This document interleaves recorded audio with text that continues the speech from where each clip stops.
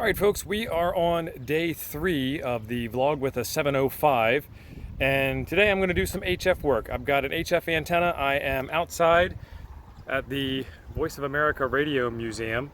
Some really interesting stuff here. This building over my shoulder is the dummy load building, and this thing next to it is the antenna switch assembly. I mean, you walk inside that thing. This place is just massive.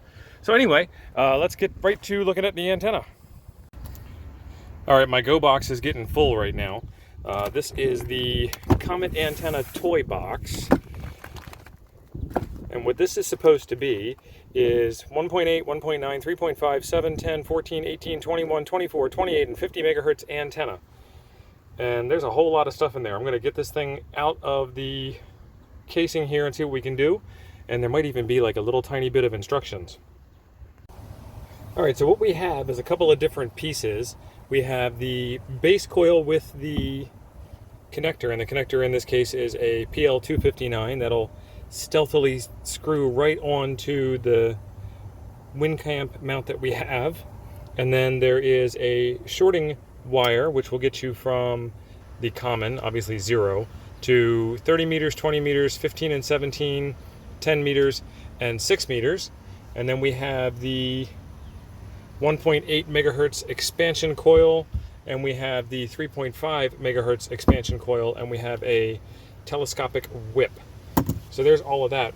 What they do not include in the package is the counterpoise, which would screw on right there. I am going to borrow the counterpoise from the QRP guys tri-band vertical that we built earlier, and then start doing some testing. So hang on for just a minute. All right, we have the operating station set up. It is a milk crate that carries a lot of Go box type supplies for the car, first aid kit, maps, jumper cables, windshield scrapers, etc. Emptied that out in the back of the car. We got that set up to hold the radio. I've got the ground radios going out in all different directions from the radio, and I just pointed way off camera so you couldn't see. Pointed in different directions going off. And then I have the antenna configured for 1.8 megahertz, and what that is the base, and then the 3.5 megahertz loading coil, and then the 1.8 megahertz loading coil, and then the whip fully extended. So let's see what kind of signal, let's see what kind of standing wave ratio we get on this. All right, so we are at the first try. Like I said, all I have is the whip and the loading coils and the radial setup, and we're going to do an SWR sweep.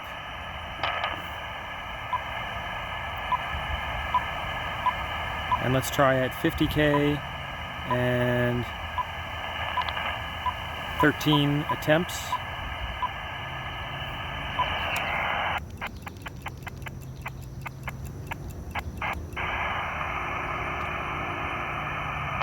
And that is wider than the band is. And the SWR is not great, so we're nowhere near anything useful. SWR is too high, so that means that the antenna is not long enough, or the radials are not good enough. And these are the only radials that I have with me. These are cut the same way they should be cut in the instructions for the QRP guys tri-band vertical. But we're on the ground, so just having radials should be the answer, not necessarily a certain length. Let's try switching over to 3.5 and see what we get. All right, so this is 80 meters. This is daytime, so the band's not really all that useful right now at this time of day, but we can still test SWR. So let's do that. And we are off the charts on SWR on 3.5. All right, we'll keep on moving. Okay, we're gonna check 40 meters now. 40 meters is just the base loading coil with no jumper connected, so there's no end connected there, and the telescopic whip antenna, and we're using the same ground radial setup. So let's take a look at this. And we are off the charts again, all the way across the band. All right, so there's this old saying, something along the lines of a bad day with a radio is better than a good day at work. So this might be one of those bad days with a radio type scenarios. This antenna, as with any antenna that has a coil, is really narrow banded, and I was hoping that it wasn't as narrow banded as it is. But I spent probably a good hour trying to chase a decent SWR. I was able to make 2 different contacts. I've got the counterpoise set up. There's a bunch of different things going on that I did not bring an antenna analyzer. And that's okay. The purpose of this trip was to pack as light as possible to try and experience and explore the new things. I did bring an antenna tuner for a future video, the Elecraft T1, just to see how it hooks up, but I didn't bring it today.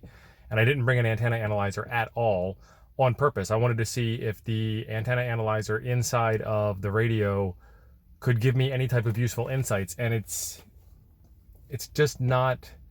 It's not good enough, I guess, is the right answer. It will tell you some things, but if you're above 3 to 1, it won't tell you whether you're above 3 to 1, below or above. So you've got to chase the adjustments on the narrow banded antenna as you adjust the whip in little millimeter increments, and you have to chase it up and down the band, and you don't know where it is.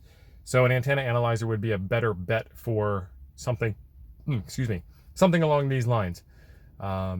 I will do a more in-depth review of this antenna in the future, but right now, what I would say is that it does require quite a lot of effort, and what I would do is I would take it out on a day when that's all you're going to do is play with it and tune it up, and I would bring a tape measure in millimeters if you've got one. The instructions have millimeters indicated for where they think that it's going to start to look good, start to resonate, so that'll get you in the ballpark. And then take some really good notes, and then you have fought most of the battle in order to get to the point where the antenna is resonant. So we will do that at a future date, and I will get some information on it, and I will publish another video for it, because I'm going to master this antenna. It's not a terribly expensive antenna, but at the same point, it's ridiculously portable, and it's fairly easy to set up. The next thing that I would suggest is bring some way to clamp the radio to a strong surface and some type of strain relief for the WinCamp antenna mount, or a separate base for this antenna. There's just a lot of polar momentum going on when you've got this thing set up for 160 meters and you have all of that weight above the radio, and you have all of that weight on the SO239 connector on the WinCamp mount. I think it can handle it for short time, but I would like to have the freedom to move around a little bit and not worry about the wind blowing my very expensive toy off of the table. Shane, this side of the radio. But stay tuned tomorrow for some more information. I don't know what tomorrow's schedule is going to look like. I do need to play around with some digital modes a little bit more. Becca and I were sending pictures back and forth over... I was using Bluetooth from my phone to send a picture to the radio, to send from the radio across town to her, and she was doing the same thing on her end. So you can actually send picture messages with just the 705 and a cell phone. You can probably do it with the SD card if you had the SD card plugged in. We were just having too much fun playing around. We're going to play around with that a little bit more also. But that's it for today. Thanks for being awesome. We'll see you tomorrow.